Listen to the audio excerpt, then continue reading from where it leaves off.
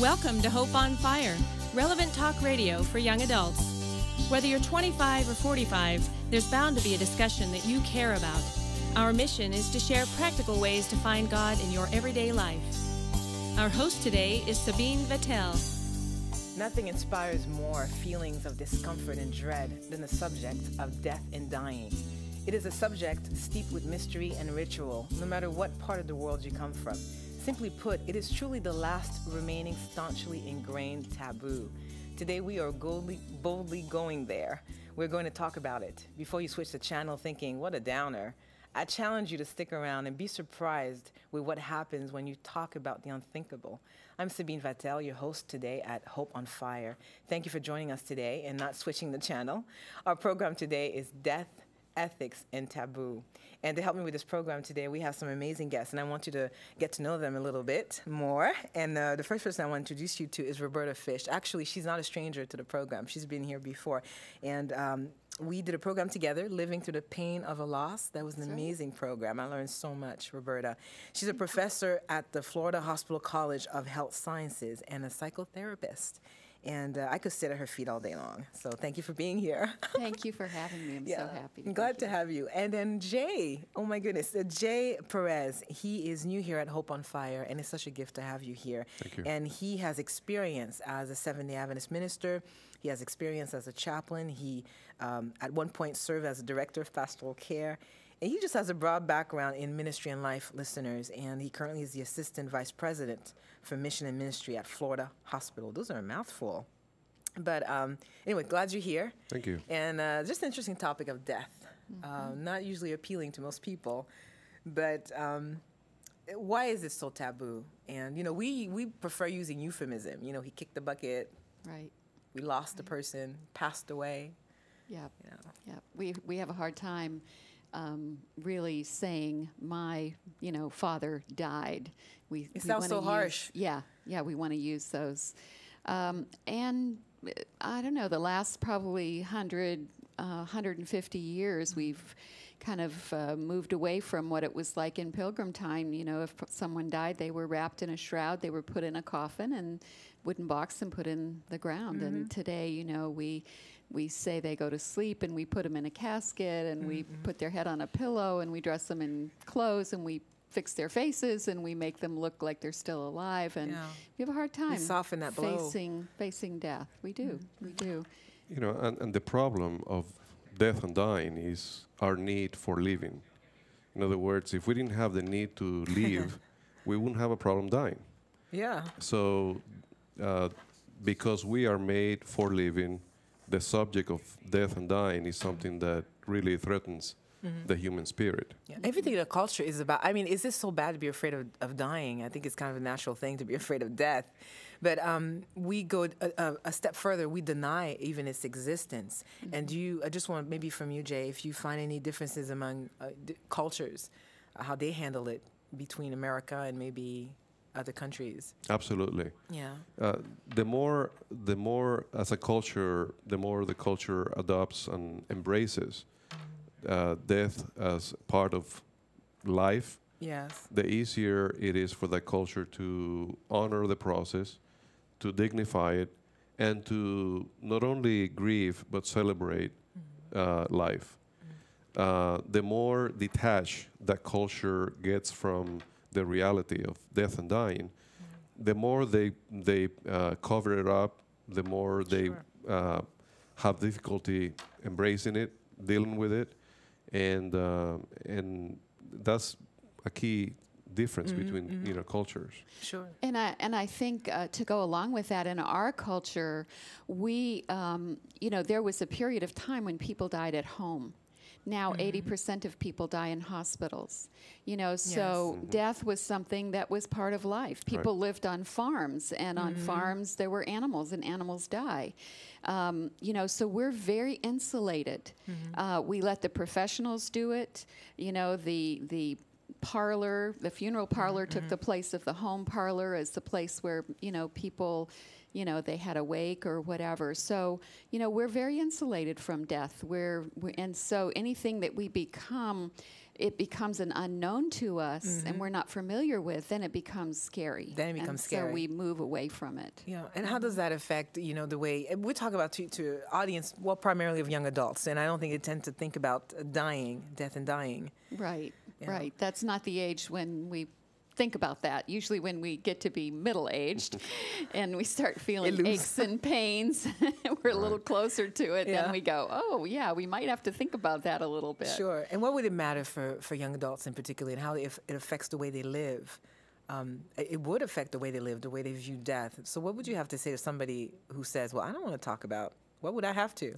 Well, I teach young adults actually at Florida Hospital College, and I teach a class called Issues in Grieving and Loss. And one of the things that I find very interesting is that when the students come in, I give them a fear of death scale, and then I give it to them again at the end of the class. And always their fear of death reduces because of taking the class, because first of all, it becomes less of an unknown. But I also say to them, this is really not about death. It's really about living.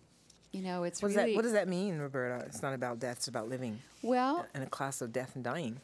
It's because when we acknowledge death, then we start to be able to say life becomes more precious. Every day becomes more precious when we acknowledge that death exists. And that's correct. Yeah. Yeah. Also, you talk about a younger generation and how they deal with it. It's normal for them not to talk about it because, like you were saying, Roberta, they're full of life and all that. Sure. But it's not that they don't know that death is there. It's just that they're not as aware that it's a reality. Sure. And therefore, they're more adventurous and do things that, without considering their own limitations and their own finality. Until something happens, and then suddenly the reality of it comes in, and they have to begin to deal with it. You mentioned earlier in the program, you mentioned how because that's a taboo that's even seeped into the church, isn't it? Don't you think, in the way we address it? Even in the church, we shouldn't be that uncomfortable with it, because in our beliefs, we do believe it's a sleep. Sure. It's a transition. Right.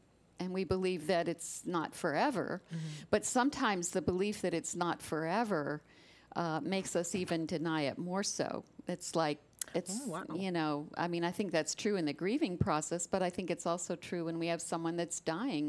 We can tend to deny the death because, we're going to see them in eternity. And, I think we need to be able to acknowledge that death is a tragedy. It is a tragedy of this life, and yet it is a real part of this life. Yeah. Part of the difficulty in terms of the theology of death and dying is that God has put in every human being the desire and the need to live forever.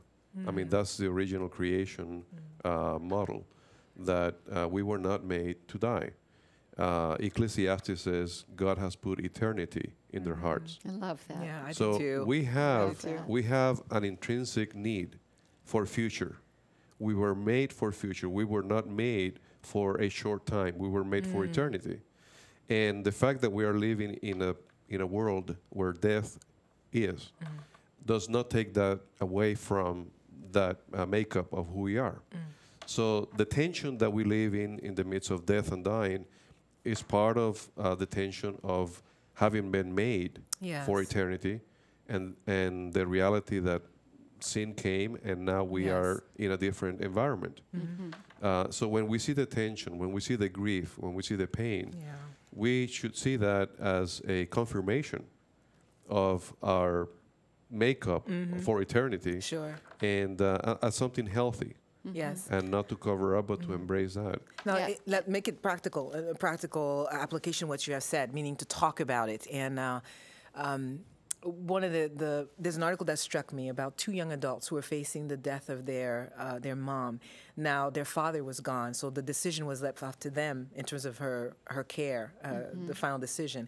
And it's something that they had discussed with their mother prior to that. Somebody who's listening to us is saying, how do you even begin the conversation of death when it's personal, about the death of a parent, for example?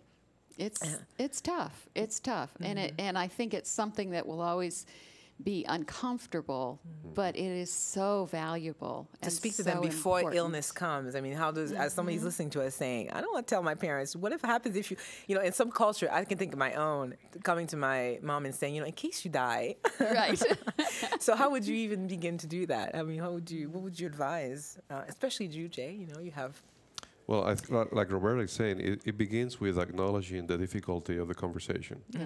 Because if I go into that conversation hallucinating that it's going to be a great conversation, I'm going to have a difficulty with it. Right. But if I acknowledge that it is a sad, painful, and difficult conversation, yet an important one, that gives me the setting to enter into it with integrity. Yes. You know, and there's not a manual, I don't think, that you can follow, because every human being is different, has different needs and different ways of coping. So it's just the process of beginning to trust the relationship. Yes. And saying, you know, this is where I am, this is what I feel right now, and I would like to talk about this. And in the midst of that, I call that the messiness of hope. The messiness of hope. The messiness it is messy. of hope. And, you know, and mom and dad might be actually grateful, perhaps, for that conversation. I think, too, especially as young adults, you know, sometimes we want to deny certainly, you know, our own mortality. And so, and yet we think of our parents, oh, well, they're closer to death, so we should talk to them about it. But the truth is that every person, every adult ought to have looked at these issues and have made some decisions. You know, have a living will, have a surrogate, you know, healthcare person. And sometimes if you do that, I know what happens in the classes is I require my students to do that. Well, then what happens is that they have done it, then it's an open door to talk to their parents and say, look, I've done this. It's not, you know, because I'm thinking you're going to die, but you are sometime just like I am sometime. Let's talk about it. And it really opens the conversation. And so sometimes doing it yourself can open the door to bringing that up, you know, to parents and so forth. Right. Okay. Death is the conversation is an intimate conversation, and that part of the difficulty is that you enter into a level of intimacy with the other that if he's not there to begin with, it's just hard to engage. But they're very, you know, there are not very many topics that are as intimate as death. Yeah. Probably, you know, the intimacy of emotions and sexuality would be close to it. But it's a very... That's even easier to talk about. We even have more of a taboo on, probably on death than we do on sex. That's right. Yeah. That's and on that, if you're listening to us, we're glad that you joined us. And the other part of our show, we'll talk some more about issue of death and ethical issues that affects our lives. So thank you for joining us.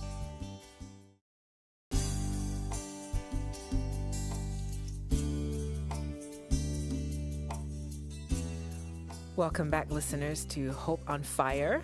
And we are here talking about, this is your host, Sabine Vatel, and we're here talking about death,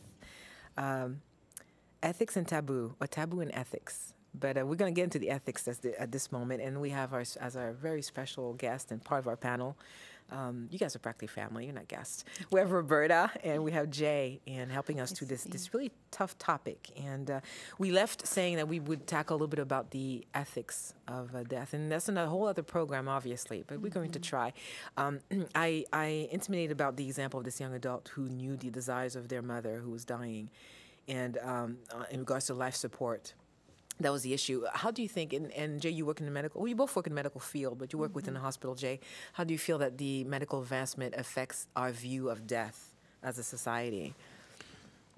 The main way that I see healthcare affecting the whole issue of death is that it can create the illusion that we can push it to extremes that are unhealthy. And the technology that we have is a great technology. But used in the wrong way or not processed in the right context, it can devalue the dignity of being human. It can push the reality of what it means to live and die. So it's a very important subject within the healthcare community. There's a debate going on with this thing of a life support. And what do you mean by unhealthy? View? How can life support contribute to an unhealthy view of death? I believe it does that when we get fuzzy on the lines of of what it means to have meaning in life, you know, and when, you know, life is not just breathing. Yes. You know, it's more than that. And keeping a person alive and right. And you know, when the distinctions between quantity of life and quality of life begin to get distorted, we begin to hallucinate that the quantity of life is life. And in many cases, that's not so. And then, you know, but we begin to push those envelopes, and that's when it becomes sad, because we see, you know, families having difficulties making decisions, thinking that the technology that is keeping their loved ones alive is actually giving them life. Yeah, and as we're talking, maybe a case is coming probably in people's mind, particularly if you're in America. And I think it made the news internationally, this case with Terry Schiavo. And this is a young adult we're talking about, this woman who, late 20s, maybe not even 30 yet, essentially fell dead. And what her husband had, and she was on life support for years. You have on one side her husband who kind of knew her wishes, and her parents who had another desire for her. I think they wanted to keep the life support. Her husband wanted to take it out. And it's a whole debate of what does it mean to be alive. And it went into the legislature and everything. And all of that would have been handled differently had Terry Schiavo, as a young adult, made out an advance directive, a living will, said, if this is the case, I want to be allowed to die. Don't put me on life support.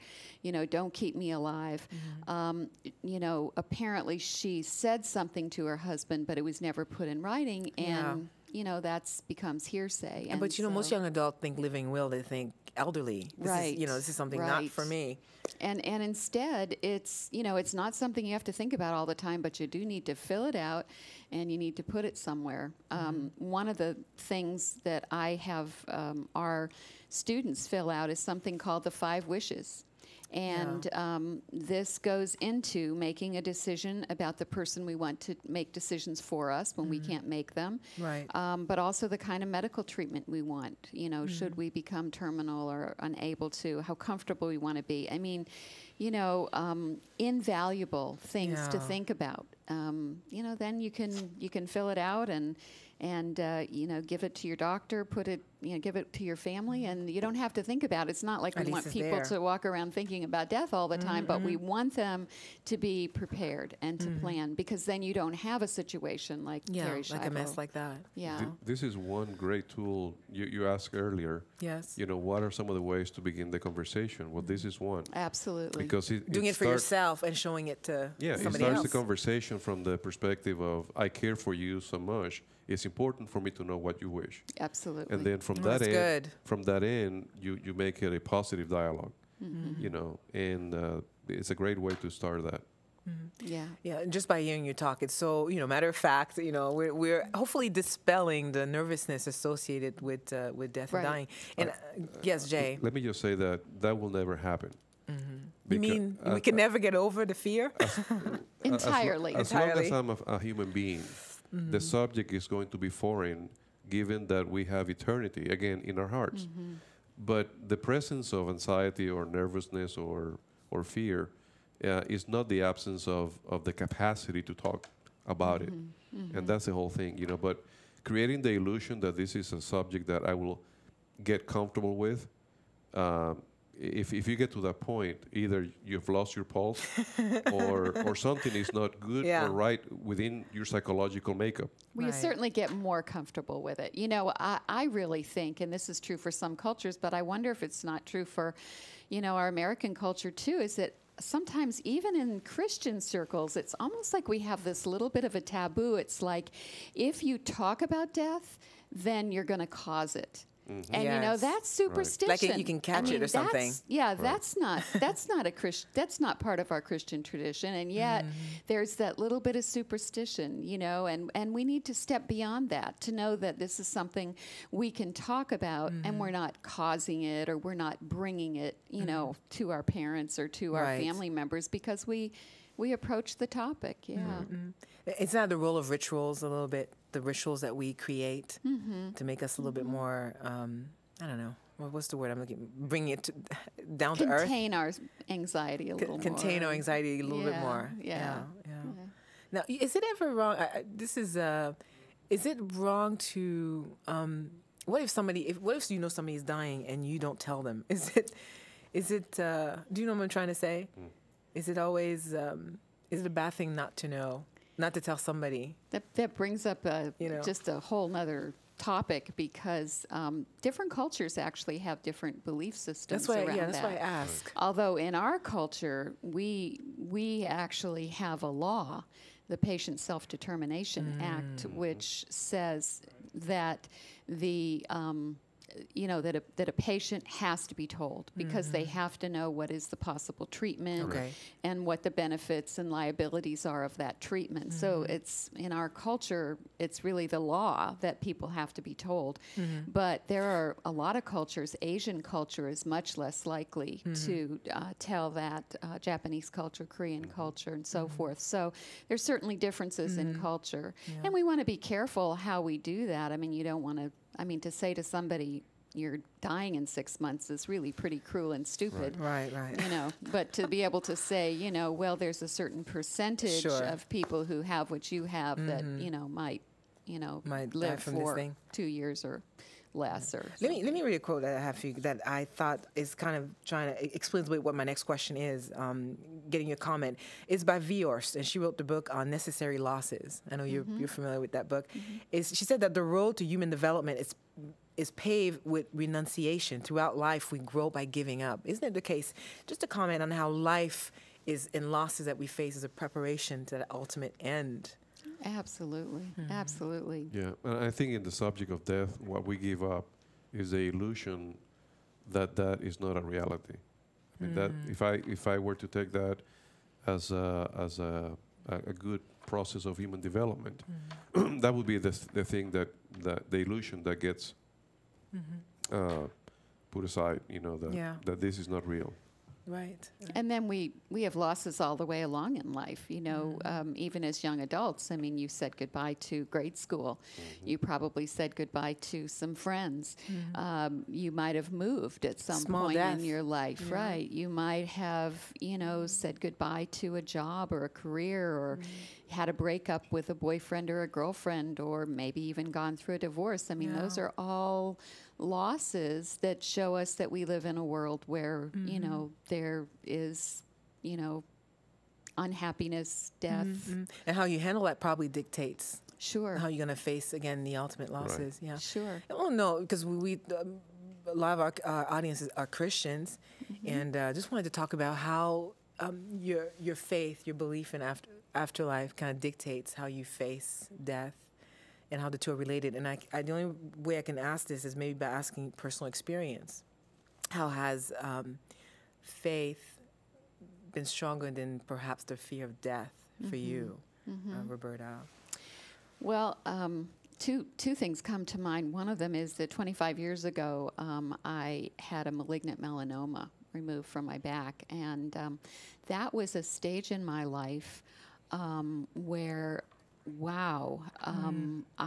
it was kind of a wake-up call for me. It basically said, what are you doing with your life? And is this exactly what God wants you to do, and what you want to do with your life, And that was a point at which I, did a lot of growing after that. I mean, our whole family grew because of that experience.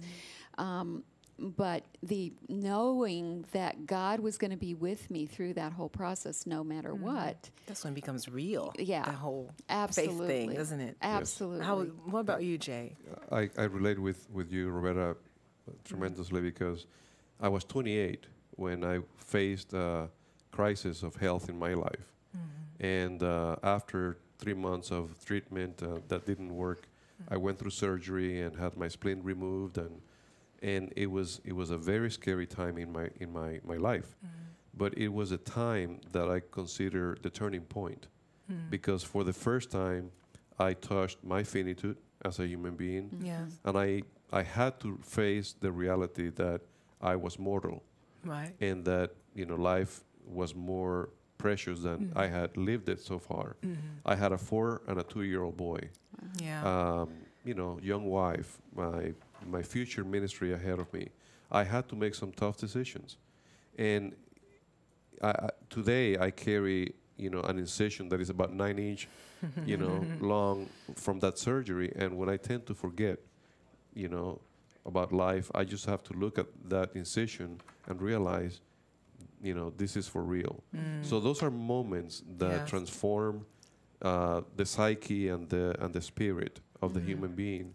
And depending upon how you embrace that, it'll either move you closer to a more meaningful life or make you more afraid of life. Because I've talked to people that go through something like that, and then they're afraid to do anything in life. And that wound is a metaphor for that reminder that we're mortal. Thank you, Jay and Roberta. And thank you, listeners, for joining us at Hope on Fire. Hope on Fire is produced by Livestreams Media, a listener-supported ministry. To download a free copy of today's program or be a part of our social network, please visit our website at hopeonfire.org. You may also contact us by writing to Livestreams Media, P.O. Box 608513, Orlando, Florida 32860. Once again, that's Livestreams Media, P.O. Box 608513, Orlando, Florida 32860, or online at hopeonfire.org. Thank you so much for your letters and continued support. Until next time, may God set your hope on fire.